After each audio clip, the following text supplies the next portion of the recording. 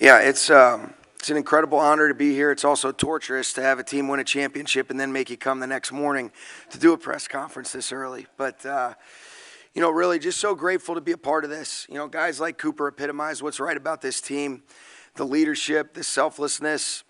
I thought our team came together at the right moments, and our best players shined the brightest when they had to. But something about being a part of something bigger than yourself is what's so special about this group. They're world champions. Love these guys. Just so grateful for it. So grateful for Mr. Kroenke and being able to work for a great organization. And here we go. You guys go ahead. And been congratulated by your folks. Yeah, you know what? They were all here, led. They all got a chance to come out, and so it was great to be able to spend a lot of time with McVay family members and just so many people that you love and care about. Being able to spend some time with them afterwards yesterday was pretty special. Coach, talk about.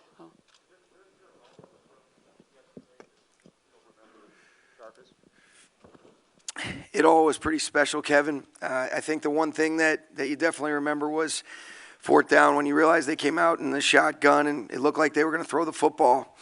The play that Aaron made on third down, you felt like he was going to make an impact on fourth down too, and for him to close it out the way he did was pretty special. Coach, Melissa Thomas here for Florida National News right here. All right.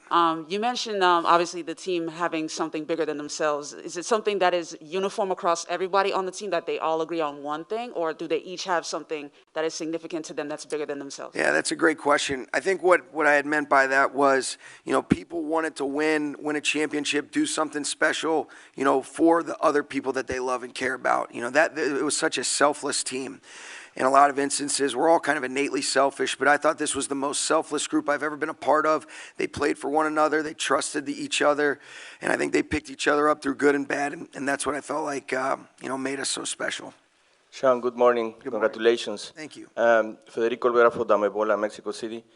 Coach, did you or your defensive coordinator tell you anything to your front seven, because the most of the sacks were in the second half? Did you say anything in the halftime? Yeah, I wish I could take the credit. Raheem Morris and Eric Henderson do such a great job, and really I thought we got some more opportunities. Our defense played outstanding in the second half.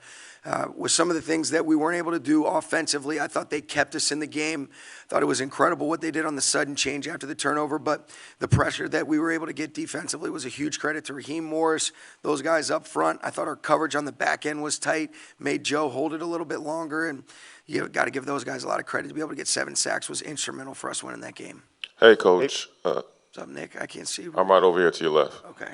Hey, congratulations, Thank you. first and foremost. Can you just talk about how would you describe this team with all the ups and downs that you guys have faced? It seems like a team of destiny and faith. Is that an accurate description? I think so. I think you answered it great. I think, you've heard me talk about it a lot, Nick, the mental toughness, the resilience, the belief in each other. It's such a powerful thing. Even in pro sports, everybody loves feeling believed in, and I think this team, like I mentioned, Cooper epitomizes what's right about it. Just the selflessness, the humility, and then the clutch production when we had to have it. It's unbelievable. Sean, over here to your right. There you are, Gary. Have you had the opportunity to speak with your grandfather, and what does it feel like to join your family's Super Bowl legacy? Yeah, really special, Gary. I did. He means so much to me. I wouldn't be in this position if it wasn't for the legacy that he set for our family. You talk about a class man that treated people the right way, earned every single thing that he got. I'm just so grateful for him, Gary, and it was pretty special. And, to be able to, I want to be able to give him a ring. He's got 5, and I've mentioned to you before, he gave 3 of those away to his 3 sons. And to be able to, know that he is so instrumental in me being able to even get a chance to coach in the NFL and be a coach, it's pretty special. Hey, Coach. Cameron Buford here, Los Angeles News Observer, straight ahead. Yep. Hey, I want to ask you, this last night didn't happen just yesterday or over the last 2 weeks. You've been at this journey for a couple of years now. So how does this feel finally getting to the mountaintop? And then along the way, you've brought along a lot of coaches and teams around the league are kind of looking at you as putting you on a pedestal as a good coach who knows what's going on and bringing a lot of young talent into the game. How does that feel to you now becoming a champion, a Super Bowl championship coach, and then having teams model their game and their success after what you've done? Yeah, I think the first thing is I've been surrounded by great people. Number one, when you get around great players, great coaches that are all committed and working in the same direction, pulling that rope in the same direction, good things can happen. And I think each team is a new team every single year, but when you have the right foundational pieces like Cooper, like Whitworth, you had a player like Stafford, you have Aaron Donald in place, the list goes on and on. You just feel grateful to be a part of it. And so because of those guys' success, other people get opportunities to grow. But, I think we've been able to bring really good people in our building, and that's what it's about, surrounding yourself with people better than you. And I think that's how you grow, and these special players really set the tone. Sean, to your left. Jason Leisure with the Chicago Sun-Times. How long did it take you to really take ownership of this team and feel like things were running the way that you wanted them to? And how did you see the effect of that during this championship season? I don't know if I look at it like that as much as I think there's been great collaboration really since I got on board, whether that was myself and Les and Kevin Demoff and Tony Pastors, a willing owner like Mr. Kroenke to support the decisions and things that we feel like are in the best interest of our team. But I think we've made a lot of good decisions to bring in the right people. My dad said this before, and I think it's so true. When he was in advertising sales, he used to say we compete with our products, but we win with our people. And I look at it for us as, we try to compete with our schemes, but we win with our players, coaches, people in our organization, and that's what's been right about the Rams. Hey, Sean, Cooper Kupp is the Offensive Player of the Year and Super Bowl MVP. How much has he inspired you as a coach and a person? So much. It's the cliche thing you say, but I'm better as a coach and as a person for being around Cooper Kupp, and that's just the truth.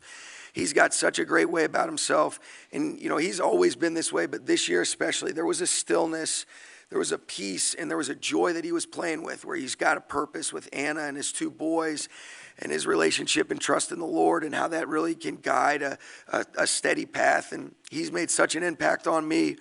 Guys like Cooper Kupp are why you coach. I just feel so blessed to be around somebody as special as him. Hi, Sean. Brady Henderson from ESPN. Hey, Brady. Hey, wondering if you could tell us what you know about Odell Beckham's knee injury and also how that affected you guys when he went down. Yeah, I don't know much right now, Brady, but I know what a huge impact he's had on our football team since we got him. It was heartbreaking to see that, because how much that, just to be able to get to that moment, and he had really made an impact with those two catches that were huge plays. I think he was in line to have a big game, but it did change some things, because then they could really hone in on Cooper a lot more. Guys inevitably stepped up, as did Cooper and Matthew, and when we had to have it the most, but it made it a little bit more difficult. My heart goes out to him, but love Odell, really grateful for all the many contributions he made. We wouldn't be Chance without him. Sean, can you appreciate, over here on your left, can you appreciate how hard it was for Matthew to walk into the Lions and ask for a trade? And do you ever wonder what would have happened if they would have said no?